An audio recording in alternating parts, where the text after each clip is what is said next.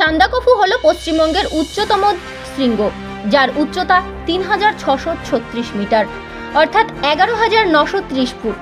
দার্জিলিংয়ের সিঙ্গালীলা জাতীয় উদ্যানের ধারে পশ্চিমবঙ্গ নেপাল সীমান্তের এই শৃঙ্গ সিঙ্গালীলা পাহাড়ের সবচেয়ে উঁচু বিন্দু। এভারেস্ট, কাঞ্চনজঙ্ঘা, লোৎসে এবং মাকালু পৃথিবীর ৫টি সবচেয়ে উঁচু চূড়ার ৪টি সান্দাকফু থেকে দেখা যায়। সান্দাকফুকে হয়তো এজন্যই বলা হয়ে থাকে ট্রেকার্স প্যারাডাইস। শারীরিক কোনো সমস্যা না থাকলে হেঁটে যাওয়াটাই উত্তম, কারণ এতে সান্দাকফু ট্রেকের সবটুকু সৌন্দর্য উপভোগ করতে পারবেন। কষ্ট একটু হলেও আনন্দ পাবেন হাজার গুণ বেশি।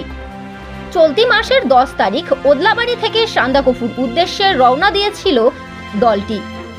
আশিক আলীর নেতৃত্বে দলটিতে ছিলেন ষাটোর্ধ্ব হায়দার আলী, এছাড়াও ছিলেন উদয় বৈরাগী, অরুণিমা মিত্র, প্রিয়াঙ্কা মণ্ডল এবং বিদিশা বিশ্বাস।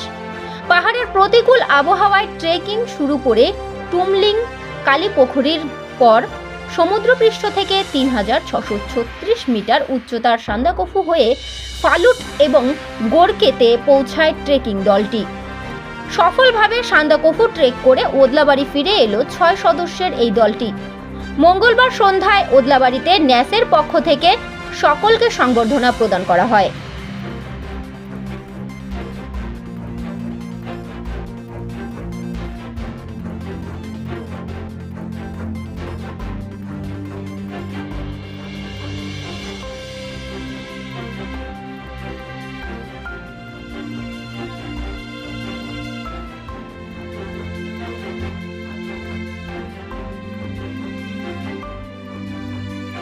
আমাদের 10 তারিখ থেকে ওদলাবাড়ি থেকে জার্নি শুরু হয়েছিল।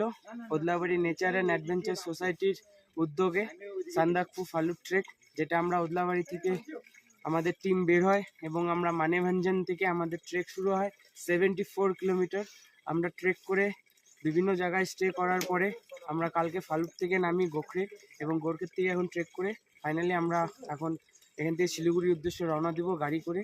তো আমাদের এই ট্রেকের জন্য যারা যারা আমাদের পাশে ছিল, Odlabari nature and adventure society এবং আরও যারা মেম্বাররা, সেক্রেটারি, প্রেসিডেন্ট, কোঅর্ডিনেটর, তাদের অনেককে ধন্যবাদ।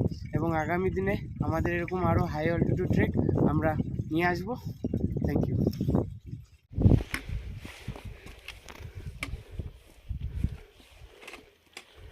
জানতে পারছো?